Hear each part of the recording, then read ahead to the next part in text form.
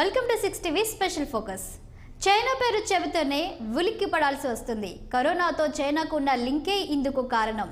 తాజాగా చైనా గురించి వస్తున్న వార్తలు మరింత భయపెడుతున్నాయి. సోకితే మనిషిని ఖచ్చితంగా చావుకు గురి చేసే భయంకర కరోనా సబ్ వేరియంట్పై చైనా శాస్త్రవేత్తలు ప్రయోగాలు చేస్తున్నారనే వార్తలు వస్తున్నాయి. అదే గనుక నిజమైతే కరోనా సబ్ వేరియంట్లపై మరింత జాగ్రత్తగా ఉండక తప్పదు. కరోనాను యావత్ ప్రపంచానికి చైనానే అంటగట్టిందన్న విమర్శలున్నాయి. చైనాలోని వుహాన్ ల్యాబ్లో కోవిడ్ వైరస్ను డెవలప్ చేశారని, లేదంటే ఆ ల్యాబ్ నుంచి ఆ ప్రాణాంతక వైరస్ బయటపడిందనే ఆరోపణలు ఇప్పటికే ఉన్నాయి. నేటికి ఈ అంశంపై అధ్యయనాలు జరుగుతూనే ఉన్నాయి. మరోవైపున నేటికి వివిధ దేశాల్లో కరోనా కొత్త వేరియంట్లు రూపుదిద్దుకుంటూనే ఉన్నాయి. మన దేశంలోనూ కొత్త వేరియంట్లు బయటపడిన దాఖలాలు ఉన్నాయి. నేటికి మన దేశంలో రోజు వందల సంఖ్యలో కొత్త కేసులు నమోదవుతున్నాయి. కాకపోతే వైరస్ ప్రభావం అంతగా ఉండడం లేదు. పెద్దగా చికిత్స పొందాల్సిన అవసరం ఉండడం లేదు. మరణాల రేటు కూడా బాగా తక్కువగానే ఉంది.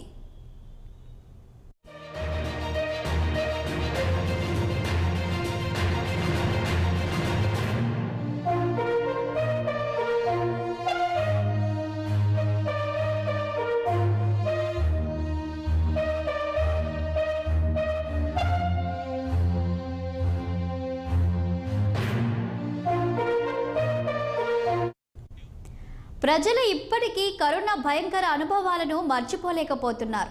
ఇలాంటి పరిస్థితుల్లో కరోనా ప్రాణాంతక సబ్ వేరియంట్పై చైనా శాస్త్రవేత్తలు ప్రయోగాలు చేస్తున్నారనే వార్తలు అందరినీ భయపెడుతున్నాయి. GXP2V పేరుతో ఈ కొత్త సబ్ వేరియంట్ను వ్యవహరిస్తున్నారు. ఇది SARS-CoV-2కు చెందిన సబ్ వేరియంట్. ఇది 2017లో వెలుగు చూసిన GX వేరియంట్కి మ్యుటేషన్గా భావిస్తున్నారు. ప్రస్తుతం ఈ సబ్ వేరియంట్ పైనే చైనాలో ప్రయోగాలు జరుగుతున్నట్లుగా వార్తలు వస్తున్నాయి. చైనాలో కరోనా వైరస్ పై జరుగుతున్న ప్రయోగాలు యావత్ ప్రపంచానికి ఆందోళన కలిగించేవిగా ఉన్నాయి. ఆ ప్రయోగాల్లో శాస్త్రవేత్తలు కోవిడ్ ప్రాణాంతక వైరస్ను అభివృద్ధి చేశారని, దాన్ని ఎలుకలపై ప్రయోగించి చూశారని అంటున్నారు. ఈ నేపథ్యంలో యావత్ ప్రపంచం మరో మహమ్మారిని చూడగలదన్న ఆందోళనలు వ్యక్తమవుతున్నాయి. కరోనాపై ప్రస్తుతానికి వైద్యులకు బాగానే అవగాహన కలిగింది. కాకపోతే ప్రస్తుతం చైనా శాస్త్రవేత్తలు రూపొందించిన కొత్త వైరస్ పాత కరోనా వైరస్లకు భిన్నంగా విధంగా మనిషి శరీరంపై అటాక్ చేస్తుందని అంటున్నారు. ఇది నేరుగా మనిషి మెదడును లక్ష్యంగా చేసుకుంటుందని చెబుతున్నారు.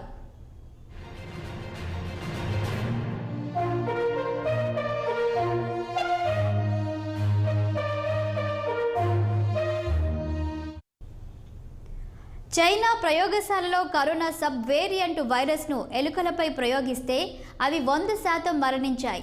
ఎలుకలను ఈ భయంకర వ్యాధికి గురి చేసేందుకు పాంగోలియన్స్లో కనిపించే కోవిడ్ తరహా వైరస్ను ఉపయోగించినట్లు తెలుస్తోంది.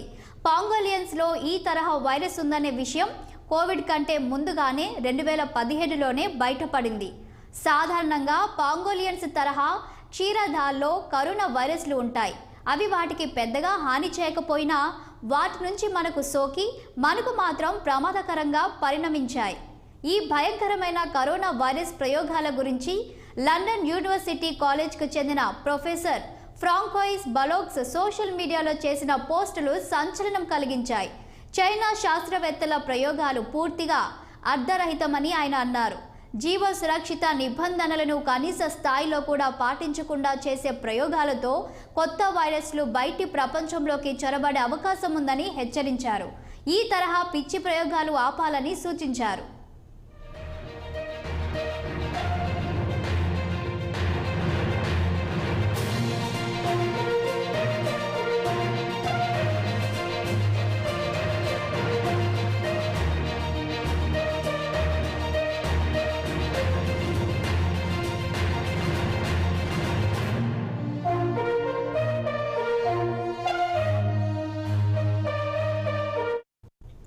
చైనా శాస్త్రవేత్తలు నిర్వహించిన ప్రయోగాల్లో వైరస్కు గురైన ప్రతి ఎలుక కూడా 8 రోజుల వ్యవధిలో మరణించినట్లు తెలుస్తుంది.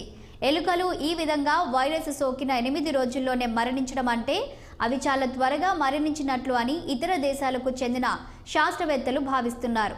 కొత్త సబ్ వేరియంట్ కారణంగా ఎలుకల ఊపిరితిత్తులు, ఎముకలు, కళ్ళు, మెదడు తీవ్రంగా దెబ్బతిన్నాయని ప్రయోగాలు తెలుపుతున్నాయి. ఈ ఎలుకలు బరువు తగ్గి చాలా బలహీనంగా మారాయని, 2-3 రోజుల్లోనే నడవలేని స్థితికి చేరుకున్నాయని, వాటి ఆరోగ్యం పూర్తిగా క్షీణించిందని తెలుస్తుంది. చనిపోవడానికి ముందు వాటి కళ్ళు తెల్లగా మారాయని చెబుతున్నారు. చైనాలో ప్రయోగాల సందర్భంగా ఈ వైరస్ బారిన పడిన ఎలుకలు మనుషుల్లో కనిపించే ప్రోటీన్ను ఉత్పత్తి చేసినట్లు చెబుతున్నారు. ఇదే వైరస్ గనుక మనుషుల్లో వ్యాపిస్తే మనిషి శరీరం ఎలా రియాక్ట్ అవుతుందనే విషయంలో చైనా శాస్త్రవేత్తలకు ఇది ఒక ఐడియా అందించినట్లయిందని అంటున్నారు. ప్రయోగాల సందర్భంగా వైరస్ సోకిన ఎలుకల మెదడు, కళ్ళల్లో వైరల్ లోడ్ అధిక స్థాయిలో ఉందని చెబుతున్నారు. దాన్ని బట్టి చూస్తుంటే కొత్త వైరస్ మనిషి శరీరంలో వ్యాపించే తీరు సాధారణ కోవిడ్ వైరస్ తీరుకు భిన్నంగా ఉంటుందని అంటున్నారు.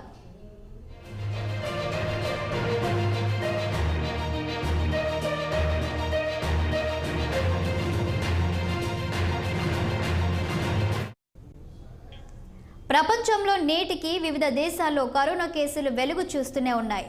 స్పెయిన్లో గత కొద్ది రోజులుగా కోవిడ్, ఫ్లూ కేసులు పెరిగిపోయాయి. దాంతో ఆసుపత్రుల్లో పనిచేసే సిబ్బంది మాస్కులు పెట్టుకోవడాన్ని అక్కడి ప్రభుత్వం తప్పనిసరి చేసింది.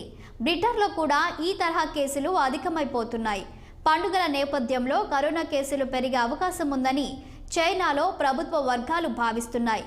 భారత్ విషయానికి వస్తే దేశంలో కోవిడ్ కేసులు తగ్గుముఖం పట్టాయి. ఇటీవల రోజు వస్తున్న కొత్త కేసులు 100 నుంచి 200 లోపుగానే ఉంటున్నాయి.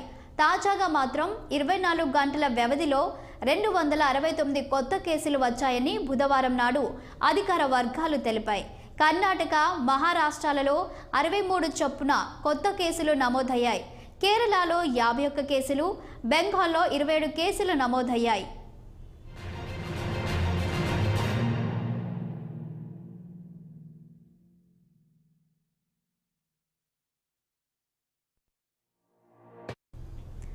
ఓవైపున 4 ఏళ్లుగా కరోనా ప్రపంచాన్ని వేధిస్తుంటే, మరోవైపున చైనా ప్రాణాంతక సబ్ వేరియంట్పై నిర్లక్ష్య రీతిలో ప్రయోగాలు చేయడంపై ప్రపంచవ్యాప్తంగా విమర్శలు వ్యక్తమవుతున్నాయి.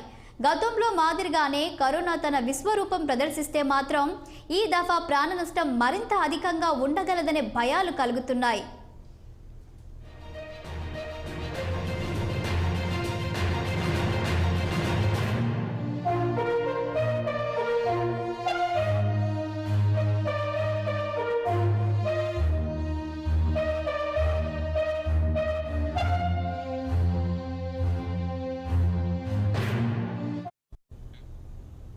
ఇది వాళ్ళ బిగ్ స్టోరీ. మరో ఎపిసోడ్లో మళ్ళీ కలుసుకుందాం. Until then keep watching 6 TV. సామాన్యుడి ఆరో ప్రాణం.